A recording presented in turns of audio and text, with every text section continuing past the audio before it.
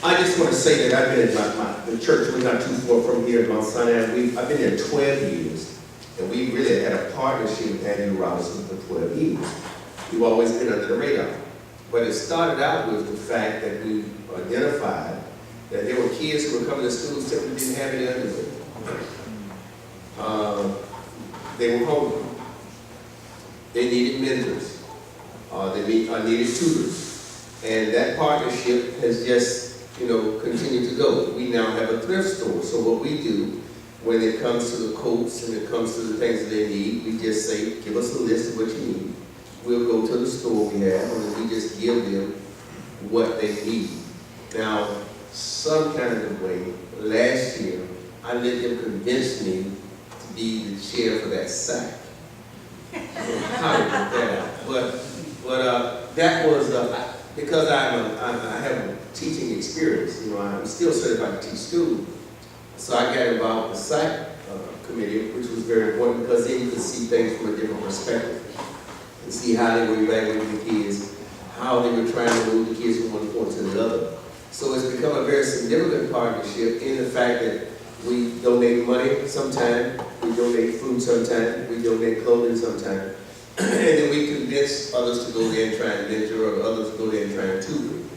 So, but my concept was it used to be a time when I was trying to help everybody. Well, first of all, my church is not large enough to help everybody, but second of all, they had this concept, one church, one child. I would encourage you, if you would just, since we have 14, that if you would just, maybe 2 or 3 of us would adopt the one school, but one church, one school. And then that way you can be in there, you can build a relationship, and the rewards. Now this year, for the first time, they actually had a graduation, and I'm through. They actually had a graduation at our church at the end of the year. Well, we can sit 620, I think, comfortably.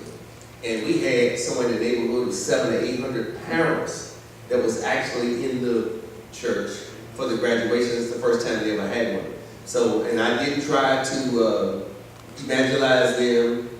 Well, I probably should say that.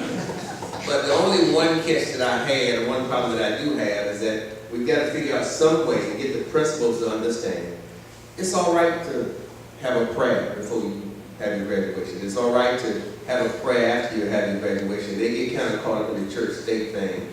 And I'm all church, I'm all Baptist, so I got to have God in it. So so I'm not going to be around kids and I don't talk about God. That's just not going to happen. So don't feel like you can't, but I just want to let you know that. But it's been a wonderful partnership for 12 years. A lot of work, and sometimes the expectations of you are greater, but you got to learn to say, no, I just can't do that, but I can do this, and stay in that lane when you come.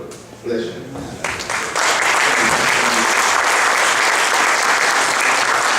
A couple things Pastor Gundy said there. One of the things that we're going to talk about a little more is crafting a partnership so that it's easier to keep it limited so they're not putting on you for everything that they need. And so that the boundaries are set as you go in and begin to partner with these schools. That's an important key that I think he pointed out about that. And then, of course, he shared how he grew his partnership, and it became more and more. Next, we have